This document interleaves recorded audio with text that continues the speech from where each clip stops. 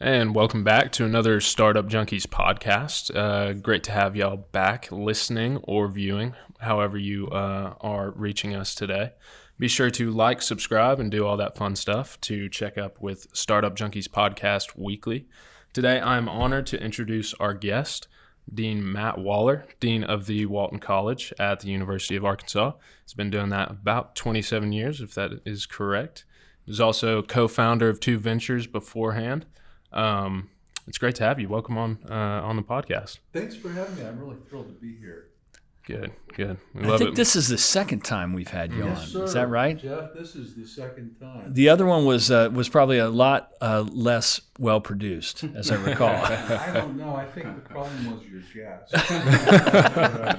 Well, thanks for coming back. We're really glad to have you. It is my pleasure.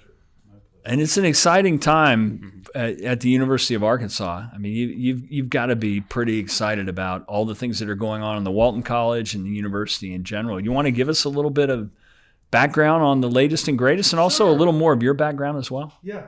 Well, one thing that has happened that's really remarkable is that, the Walton College, when I got there 27 years ago as a visiting assistant professor, we weren't ranked in anything.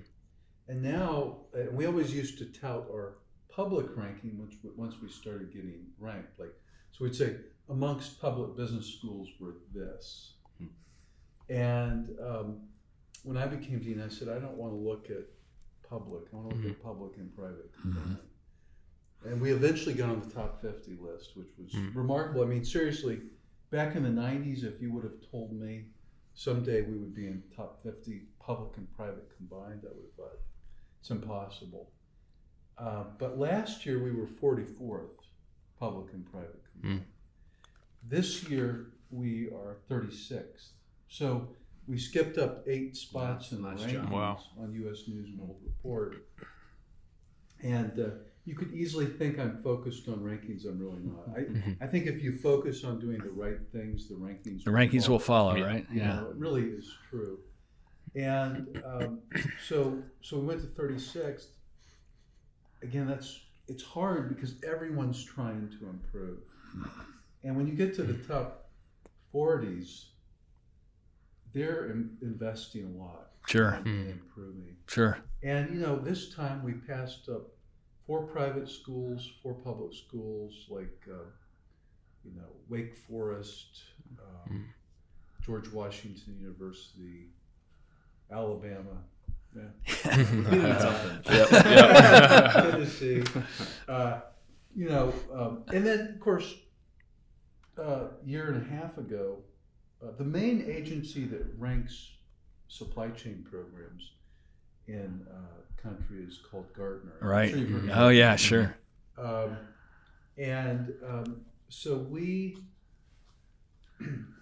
So first of all, the Department of Supply Chain Management was started in 2011. Prior to that, we were part of the marketing department, so it's called Marketing and Logistics. And logistics is an important part of supply chain, but we wanted to include the entirety of supply chain.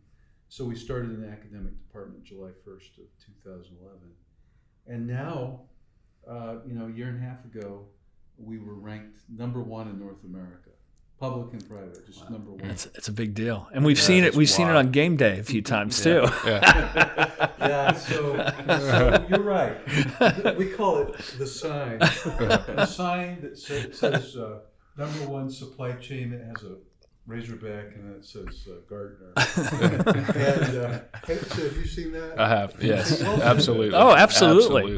That's been masterful marketing and promotion. It really has. It's been great. Organic. Yeah. Marketing right there. Well, I have to say, our department chair, the chair of the Department of Supply Chain Management, Brian Fugit, he is, I like to say he's the muscleman of supply chain. Yeah, I think that's right. That's a natural marketer. Yeah, I think that's right. And the interesting thing is, alumni will be at various, game day locations. They'll say, it can come here, and so we roll it up, put it in a container, and send it out. And one day when it was at the Rose Bowl. It went from the Rose Bowl to Formula One in the same day. Oh, Wow. down there in Austin, is that amazing? Oh, that is And that's so, amazing. It's got a life. It's kind of silly, but it is fun. Absolutely. Yeah. Yeah, that's amazing. And like the university or the Walton College growth is, I feel like a part of it's fueling sort of the growth. You talk about rankings, for instance. Davis and I talked about this today about LinkedIn News had the city of Fayetteville as the #1 community in the country for job promotion. Yeah, growth. career growth or Yeah, something like it that. feels like it's all just kind of going hand in glove, just the work Yeah. at the university and through the Walton College contributing to that. It just seems like it's... It is. And here's a couple of things about growth that are interesting. So, our largest freshman class in the business school ever was 2016. We had 1,400 students, freshmen, just freshmen in business school. This semester, we have 1,900 freshmen Wow. in business school. That's tough growth to deal with. Mm-hmm. When you grow, whether you're Double. right, no matter amazing. whether you're an early stage company, a large company, an institution, a higher ed institution, any institution or firm, when you grow like that, one good thing is you uncover your weaknesses. It's a way to grow stronger. And we could see where, oh my, we've got some challenges here. And one place is space. The building that is the most utilized at the University of Arkansas, #1 for utilization, is the Business Administration building. So the Walton College has really 3.5 buildings. We have the Business Administration building. That's the old building that has the beautiful North Korean architecture from 1976. And then that was 1976. And then we built in 1999 the Reynolds Center. And then in 2007 we built the Walker Hall. And then we've got part of the J.B. Hunt Transport Services Inc. building. So those 4 buildings kind of are the quad, if you will, for the Walton College of Business. So we've got that one building that's super, super duper in terms of utilization. But if you think about it, right across the street on McElroy Avenue, you've got Humphreys, Yoakum, Founders. These are dorms, and together those 3 dorms have about 4,000 students. Now the Walton College is trafficked by about 7,000 people a day. That's just one of our buildings. So one of the things we're going to do, we're obviously going to have to renovate that building. We probably need a new building as well in that area. But one thing we're going to do before then is we want all of the spaces around our buildings to be some of the nicest outdoor spaces of a business school. So I don't know if you know this, but on McElroy Avenue, if you go south on McElroy Avenue after you come out of a dorm or our building, there's a sharp turn there onto Fairview. Yeah. Right at that corner is the entrance to a mountain biking path. Yeah. Yep. It's an $11 million mountain biking path. It's phenomenal. And, there's no campus in the country that has anything like this, right next to that density of population, of students. So one phenomenon that's kind of interesting is we're starting to attract students who index high on outdoor things. Yeah. Mountain biking Yeah. and so forth, or hiking or whatever. And you can imagine, right, if you live in a place like Houston or Dallas and you come here and you like outdoor types of things, it's unlikely that you're going to go back. Sure. No doubt. Well, and you've got the programs to match now as well with the outdoor recreation programs and all. I mean, that's kind of a big deal. It feels like we're about to be a center of excellence or a cluster for businesses around outdoor recreation. Would you want to talk a little bit about Sure. that as well? We've got a lot of things going there. One, we're going to have an undergraduate certificate in outdoor recreation business. Jeff, I mean, a lot of the things you need to run a small business or to start or to run an early stage business of any kind, there's a lot of similarities. Now, for a high-tech company that's growth-oriented, there's a different set of skills you need for scaling. But the basics of accounting and finance and marketing and HR, et cetera, all businesses need it. But to have a successful cluster, you need a big cluster. You've got to have lots of these companies.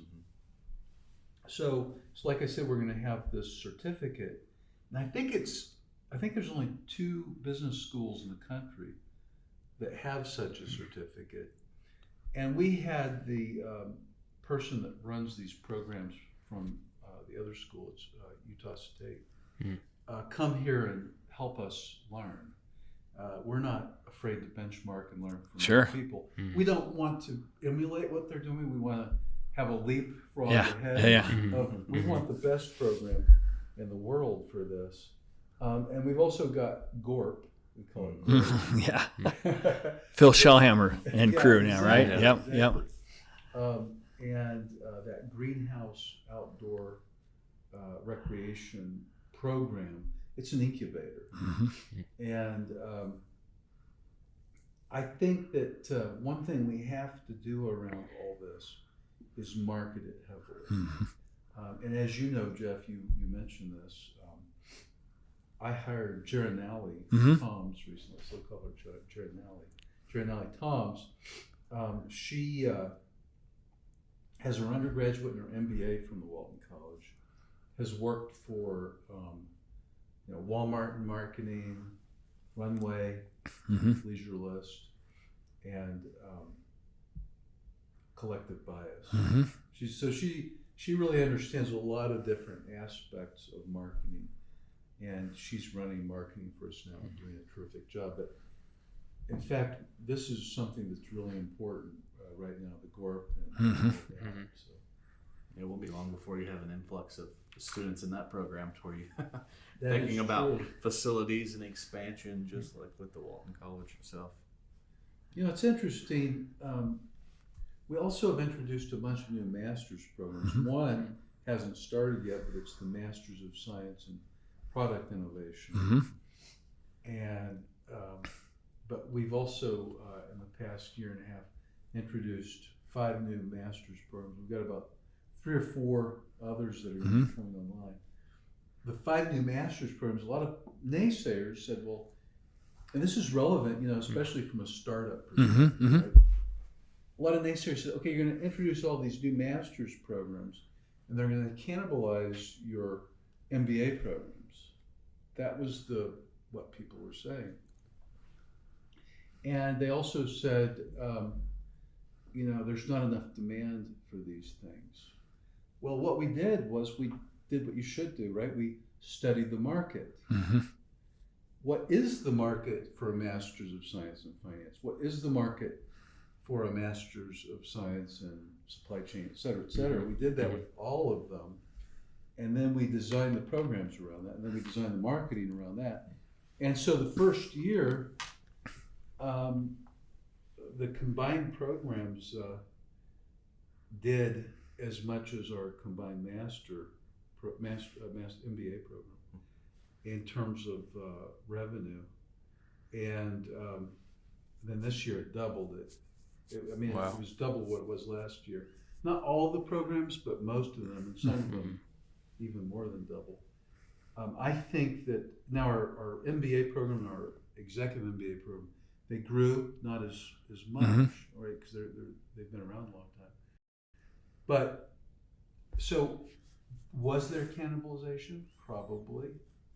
but the pie got bigger. Seems like you grew the market to me. Yeah. You were addressing needs of people that weren't going to come for an executive MBA or an MBA. That is Right. exactly Yeah. right. Yeah, that's fantastic. And on our website, our graduate school business website, we have a little tool there. And this tool, you click on it, it's on the front page of it. It says, do you want a full-time or part-time program? You select it. Do you want to focus on this or that? You know, it's a decision support tool to help you figure out Right. which programs to apply to. Oh, that's fantastic. Yeah, that's incredible. So what comes next? I mean, you've got this, it seems like you've got the Walton College on this amazing trajectory and lots of things happening in innovation and entrepreneurship. What's the next big thing, Matt?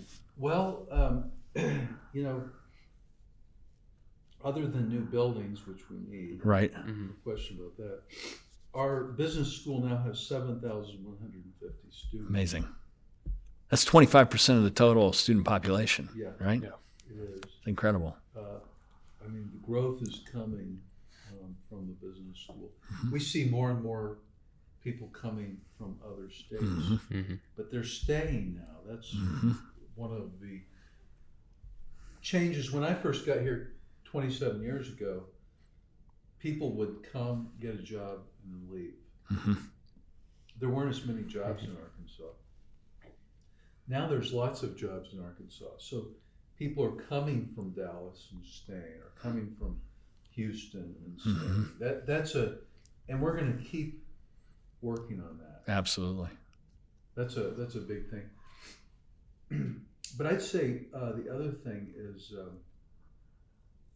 you know, students come here and we train them to sit still, to sit.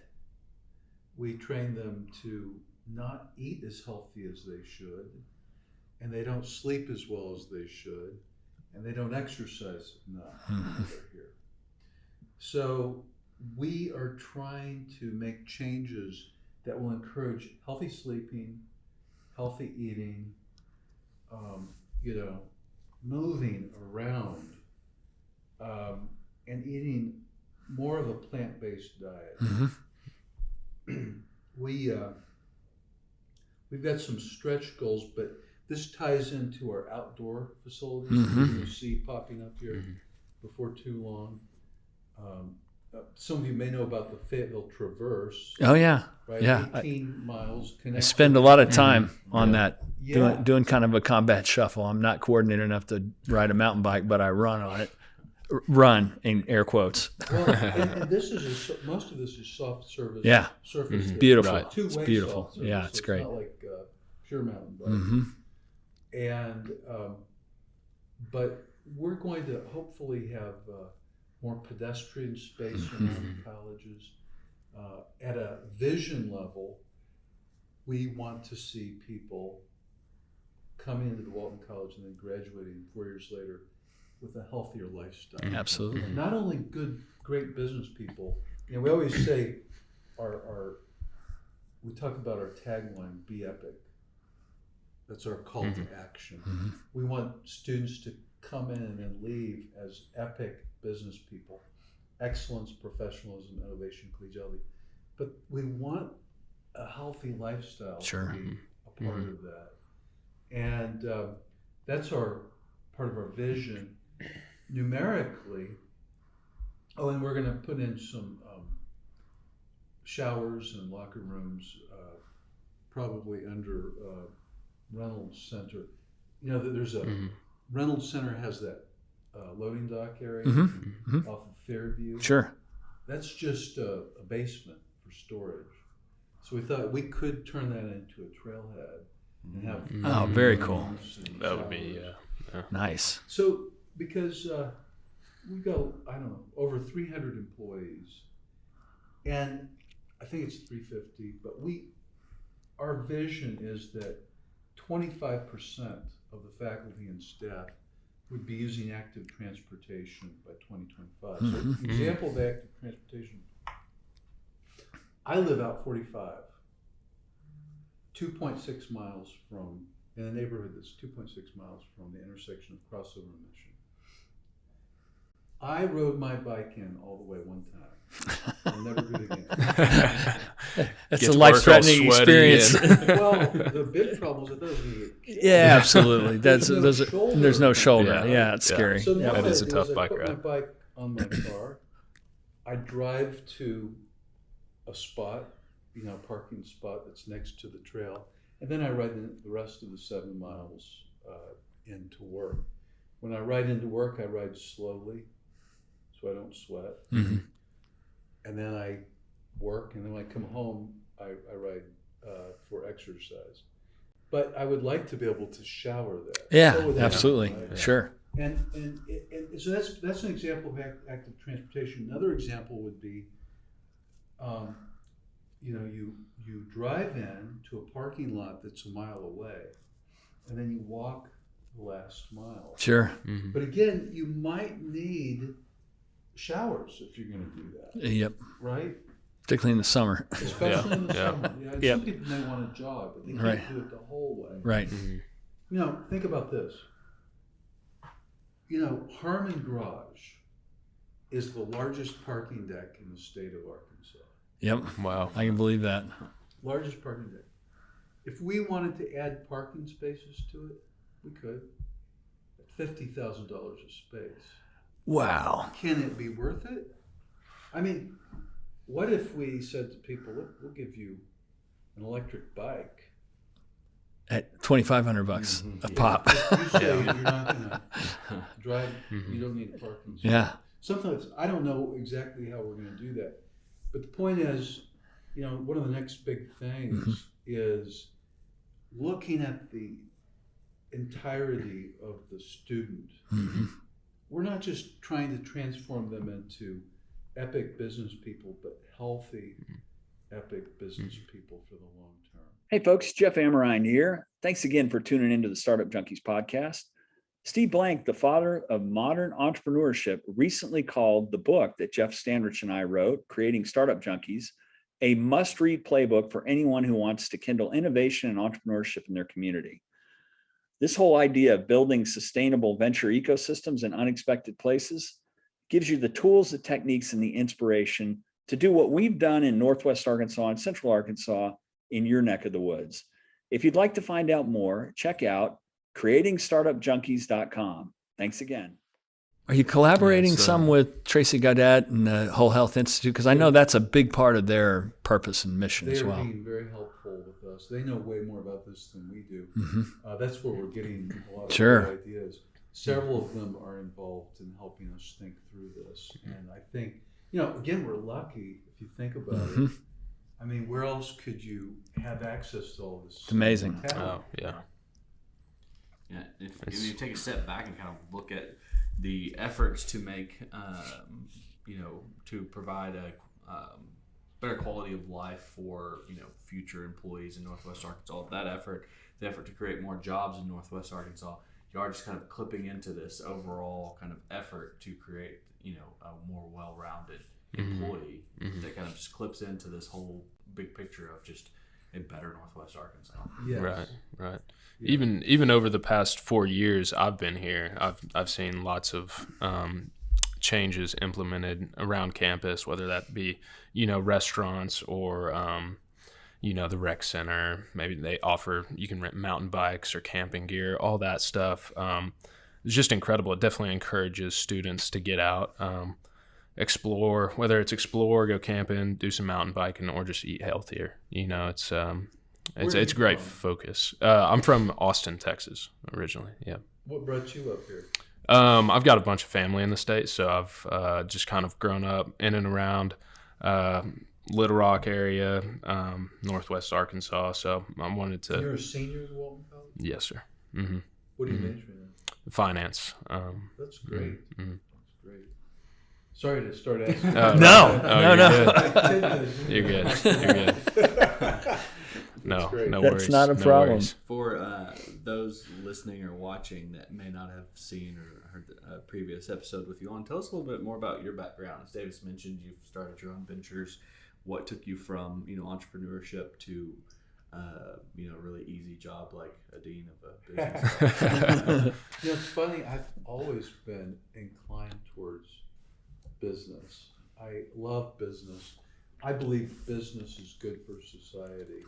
Now, there are end runs and there are things like that, but overall, business is good for society. Right. And if you really want to get some good things done that are sustainable, business is a good way to do it. No doubt about it. So, but I don't know, at a young age, for some reason, I started a pool cleaning business. I grew up in Kansas City, Missouri, and I grew up cleaning a pool, and I lived in a neighborhood that had a bunch of duplexes, but they had they also had some townhouses. We lived in a duplex, and they had a public pool, and they had like tennis courts and things like that. But I started getting paid to clean the pool and take care of it. And then I learned how to, drain it. I learned how to fix PVC pipe. I learned how to purchase the chemicals for the pool. I eventually became a lifeguard and started lifeguarding there. And then I started running the whole thing. So I was doing everything, hiring the lifeguards. And, I loved it. Literally, I'm not kidding. I worked almost 7 days a week most summers, not because I felt like I had to. I just loved it. It was so much fun. And then I thought, gosh, I could probably clean other people's pools. And I actually put an ad in the Kansas City Star. Kansas City Star is the newspaper in Kansas City. I mean, a little ad. And I had just turned 16, and so I could drive. And I had a truck. I had a 49 Chevy pickup with 3 on the tree. There you go. And I lived up close to the airport, so on the north of the river in Kansas City.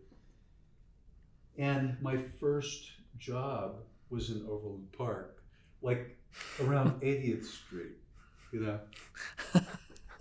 40 minutes from where I was.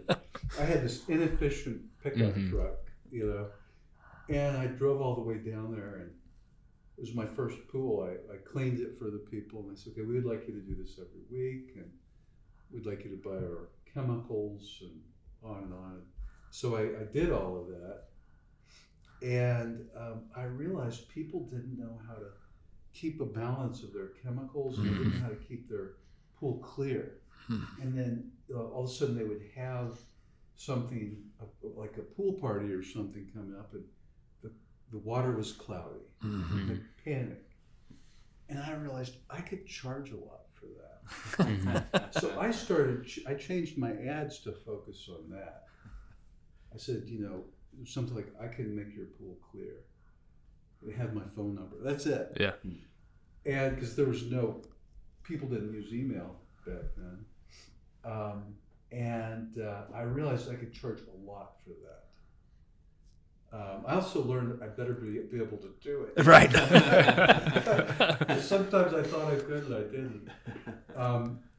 didn't. Sometimes I had to literally take all the sand out of the filter. It was so screwed up. There were so many problems I encountered. And, looking back, I think I probably should have just stayed in that business, because the pool businesses in Kansas City, some of them have done really well. I can only imagine. Yeah, I can only imagine. And then, so I won't go into all of it, but I've started other businesses along the way. Nothing that took any capital, but just always looking for ways to make money. And it was fun for me. It never felt like work.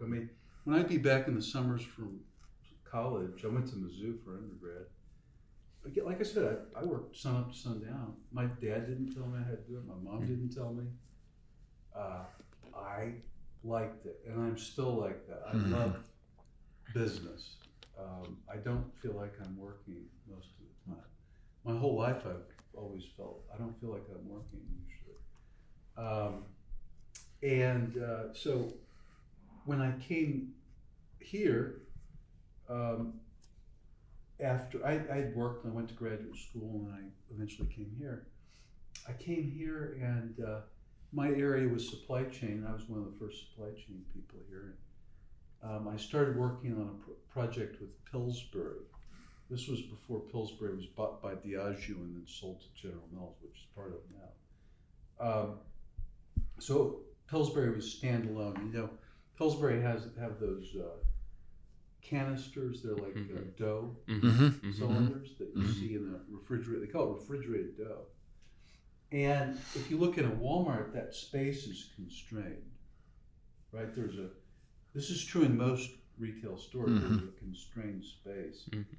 And my area of expertise really methodologically was optimization and stochastics, and applied to logistics and supply chain. Never to this kind of a problem, but they would have lots of stockouts on the weekend of their best-selling items. So what do, right? You can give it more facings, but if you give one SKU more facings, you either have to give another SKU fewer facings or eliminate a SKU. Right. If you want to introduce a SKU, you either have to delete a SKU or take facings.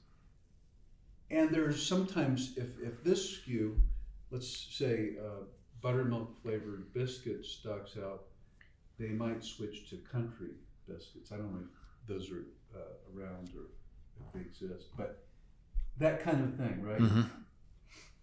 So I built an optimization solution that only I could use.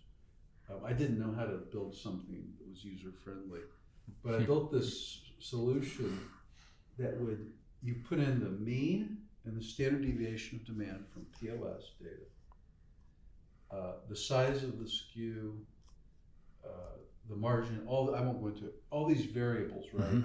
How many units can fit per facing on the shelf? How many units are in a case that come to the store?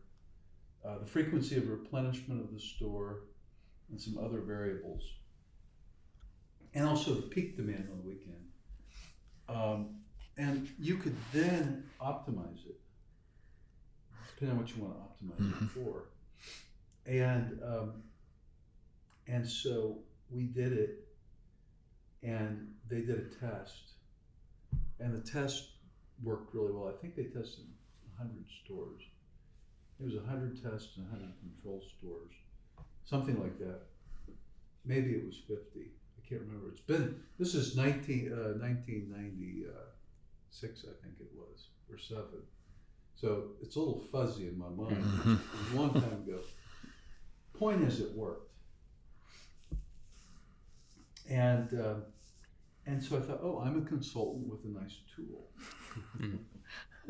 I had never heard of venture capital. I had never heard. I didn't know. I was very naive about these things, and so someone from Walmart actually retired, a senior person, said, "Man, I think you might have a company here."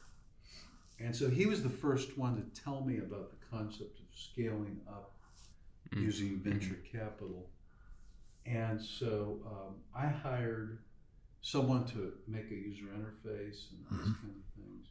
This was 1998 by that point. I was still at the university, but the university as a professor, you can, like I didn't work for the university in the summers, so you can work full-time in the summers, and then you can work up to a day a week during the regular year, as long as you get permission. I always asked for permission, I got it. But it got to the point where it was getting hard to manage. We got to the point where we had several employees, and I thought, I had just made tenure. I made tenure early because I started in '94 as a visiting assistant professor, got into a tenured track position in '95, made tenure in '98, and then gave up my tenure and left the university for a few years. I kept teaching one class for free. I taught logistics modeling in the evening. It's an MBA course. I did that because I created it, and I begged for it to be created. And like, okay, now it's in the program. And so I kept teaching it while I was gone because I didn't move. But this is crazy. The first time we presented to a venture capital firm. They went for it. So in our first round, That's not typical for our listeners. Not at all. That's what you call a statistical outlier. I actually think it was easier in 1998. I could be wrong. Yeah, it may have been. I mean, that was the height of Yeah. the going public rage. And we had some proof points. That Sure. were really strong here, Sure. But you're right, that's not common. The whole thing, that fundraising was not one of our bigger challenges, surprisingly. Mm-hmm. And here we were in Arkansas, which I always say, if you've got the right product or service, you can find funds That's true. wherever you are. But at any rate, we got 2.5 million, and we started ramping up. And I could not hire enough people here. We were the first company to graduate from the Genesis incubator. I'm pretty sure. And then we went to the Three Sisters building on Dixon Street. We were, I think, the first tenants there. Yeah, and then Kutak Rock came in. They left eventually, and there was this consulting firm there that Steve Graves and Tom Addington had. And then we had Mercari. Our company was called Mercari Technology. We started out as BAV software. We thought Mercari sounds better than BAV software. It was like, BAV software. But Mercari is Latin for merchandise. We were talking about merchandise optimization. Anyway, I hired 3 people from a firm that was roughly competitive with us, not completely, called Manugistics out of Rockville, Maryland. Sure. It was a great company. They did a lot of forecasting and replenishment. Most of the teams in town back in the 90s that were doing vendor managed inventory with Walmart, that was where the supplier would look at the Walmart inventory levels and sales rates at the DC level, and then make replenishment decisions for Walmart.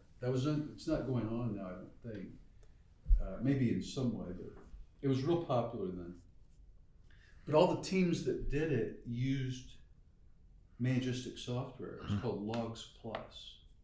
And I got my PhD at Penn State, and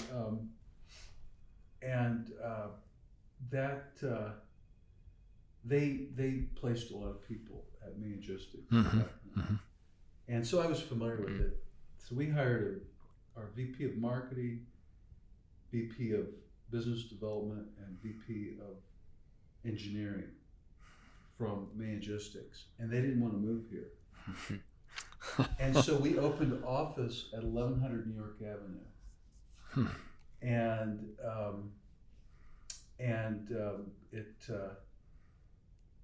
at our peak, so I was like flying back. Back then we had a direct flight. I think we do again. We had a direct flight, and then 9/11 happened. It went away. And then it came back. I think it's come back a few times. But so you could go to DCA. And then I got a condo. I had a condo in Crystal City. So it was like 2 stops on the Blue Line, and then 6 or 8 more stops to Metro Center in DC was close to where our building was. Very convenient, we were growing really fast. And so here's one thing, I'm gonna tell you a mistake we made. It's really, a lot of people made it back then. Our venture we raised, by the way, a total of $30 million over 3 rounds. So it was 2.5, 7.5, and then 20. And at our peak, we had about 120 people, 20 here, 100 there. And it was so tough to manage. And I didn't want to grow that fast. I said, we're hiring people I don't think are quite ready for these positions. But the venture capitalists back then wanted to just push it. And then 9/11 happened. and everyone put their IT budgets on hold. And shortly thereafter, I had to let half the company go. And I felt so bad because I had begged people to come work for us, including people I knew. And that's one of the things I think that you learn when you do business. I won't go on, but I've been involved in other businesses since then. I'm on the board of a logistics software company right now as well. So I came back to the university in 2002, and but I've stayed involved in this kind of thing. I try not to do too much. And now as dean, I'm very limited. Sure. I mean, the university's fine with me and things like that, but it's just so there's not enough time. Yeah. There's lots of demands on your time, but that gives you the perspective of the life cycle of a venture scale business, the pros and cons which is hugely valuable. Sitting in your seat for sure. It is, and it's stressful. Anything you do is stressful, right? No doubt. Yeah. If you're the leader of anything, there's stress involved. Always. Some of it you adapt to. Some of it, as you get older, you can choose how you allocate your time, and you just avoid the stuff that is going to cause you stress. Absolutely. So, and it's when you made the comment about it doesn't feel like you're working.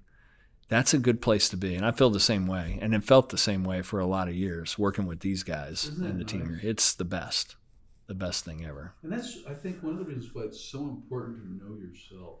No doubt. Where are you strong? Where are you weak? Yeah. If you look at my associate deans, they're very complimentary to me.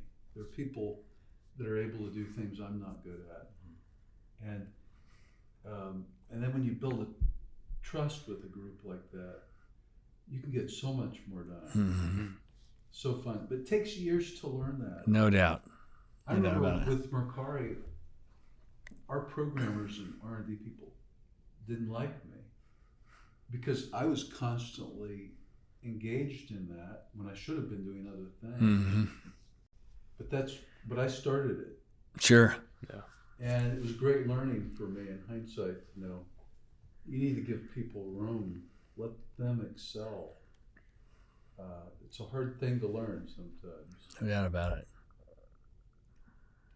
Yeah, and you mentioned, just your sun up to sundown resiliency and work ethic from having, met you before, and we'd worked on a piece in the past for AWA magazine a while back. I'd known some stories you had told during that time about when you were battling with an illness and just you working from a hospital bed at times. So I think that just speaks to your resiliency and your work ethic. Yeah, I thought. Now there were times when I was in the hospital, I was on so much morphine I couldn't function, but most of the time I could function fine. Not fine, but I was able to. I never, literally, I'm not kidding, when I went into my first, second, third, and fourth surgeries in 2017, my wife can tell you this, I worked up until they started wheeling me away. I'm not kidding. I did not stop while I was there. And when I was doing chemo, I was working, when I was like, I had a port, and so they put the chemo in there in 2017. And you sit in this big room with a bunch of other people in these recliners. I don't know if you've ever seen that, but that's what chemo is like. And I'd set up an office there. I'd be on the phone. Now, when I was in Baylor at Dallas, my associate deans and different people would come. And when I was at Washington Regional, they'd come to my room, my hospital room, and work in there on things. And I thought it made the time pass faster. Endurable. I bet you got some looks when you're in the chemo rooms, Yeah. setting up shop and getting to work. Yes, my wife could come in, but I couldn't have a bunch of people come in and work with me. But I could be online, and I had 2 computers set up, and my phone. It was really made it much more enjoyable. And from what I understand, you also got a multi-million-dollar gift from a benefactor from a hospital bed. I think you said it in one of those articles. I did. I did. And I don't remember it to this day, but there was a benefactor that was giving $7 million, and he called me while I don't think I had eaten or drank anything for a few days. I think I may not have even spoken much for a few days because I was in a lot of pain. Mm-hmm. And but I'm told I answered the phone and talked for the first time in a few days and talked for like 45 minutes, and I was sweating profusely. And at the end, I collapsed. But and I didn't know later that he had agreed to give this gift. Wow. I still don't remember it. I believe it's true. But I don't remember it. That's impressive. It has made me Incredibly. laugh. That is impressive. I don't know that very many people can say that. No doubt about it. One of the things we like to, and you had such a varied career, entrepreneur, successful in academic ranks, running a great college as the dean. But if you could roll that clock back 30 years before you started on this journey, when you were at the beginning, and take the knowledge you have now, what advice would you give your younger self? It's so first of all, I love what I do, and I've been kind of fortunate in that I've had good bosses and I've had good partners. Mm-hmm. I really have. I mean, I could tell you stories about how good these people have been. So I think for the first 20 some years of my life, I let the cares of this world steal my joy. What I mean by that is I loved my work, but I was always nervous. I was always uncomfortable. And I think, I've got 4 kids and a wife. I've been married for 35 years now. And wonderful kids, wonderful family. I think if I could go back, I would say, Matt, keep working hard, do your best, but don't worry so much. Mm-hmm. Bad things are going to happen to you. Terrible things. You'll survive. Good things are going to happen. Enjoy them. But enjoy time with everyone. The people you work with, the people you have fun with, the people that are your family members. Enjoy life. And if you're not good at something and you can't get good at it, it's like I'm never going to be a triathlete that's any good. I might do that sometime, but I'm never going to be good. I'm not cut out for it. So why try to do it? And I think there have been times in my life where I've tried to do things I'm not good at. And now that I know, I'm comfortable enough now to know, that's something I would not do good at. So I'm not going to do it. But I really think there's 2 problems people have. One, they let fear hold them back. I've done that. Or they let hubris hurt them. People tend to move towards one or the other. I've had both at various times. Most of my early years, I would say fear hurt me more than hubris. I would say when I was at my peak with 2 of my companies, I actually had 2 companies, but when I was at my peak, I started becoming proud. And that's dangerous. Mm-hmm. You don't treat people as well. You think you've got the answers, and it will end. You will be humbled at some point. And I've been humbled before. So I think life is more enjoyable if you are constantly thinking about that. And I think one of the key ways to do that is to have people who are willing to speak into your life. So, since probably 1996, I've had at least one mentor, and I've been mentoring at least one person. And I try to make sure at least one of my mentors will speak truth to me. One of them, just to give you an example of one that I had for years, maybe 5 or 6 years, he literally, I gave him permission to call my wife. He called and said, how does Matt treat you and the kids? How does Matt, especially at my peak when I was traveling all the time, how is he doing? Is he fulfilling his responsibility there? And I actually believe we need people speaking into our lives like this, because we all have the capacity to really go astray. Oh, no doubt. Right? Mm-hmm.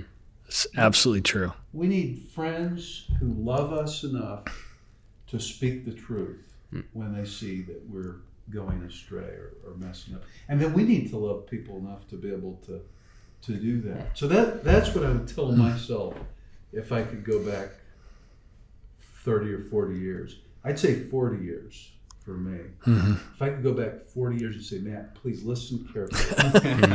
That's what I would say. It would have saved me a lot of problems. And I would have also said, get a colonoscopy at the age of 30, not 40. Absolutely. Great advice. Great advice. Well, it's always fantastic to have you on, and all our interactions are always, there's pearls of wisdom there that we always take from it. For our listeners who are now, 100 countries, over 100,000 downloads, I think we're in the top what percent now? As of this past week, top 5 percentile. Top 5 percentile of all the podcasts that are out there, which, we won't give you the stats behind that because they're a lot less impressive. But the point is for those listeners, where can people find out more about the Walton College of Business and you if they want to follow up? Sure. Well, first of all, let me say congratulations being in the top 5%.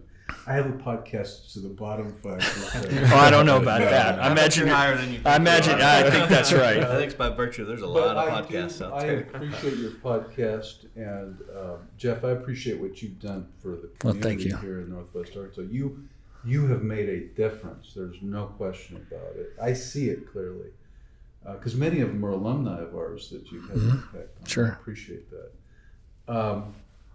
But I would say if you go to our website, which is walton.uark.edu, walton.uark.edu, and you could just Google Walton College of Business, you'll see. If we're improving our website in a number of ways, but that's probably the best way to learn about it. I would say also, we do have a podcast called the Be Epic Podcast. It's in the bottom 5%. No, I don't. You have some pretty fantastic people on there. We do have good guests. You're really great. Optimized how we distribute it. Yeah. But I think Jared's going to help us with that. She's a pro. She is. Yeah. Thanks again for coming on. Yeah. Thank you. Thank you so Good much. It's been Really such great. an honor. You bet.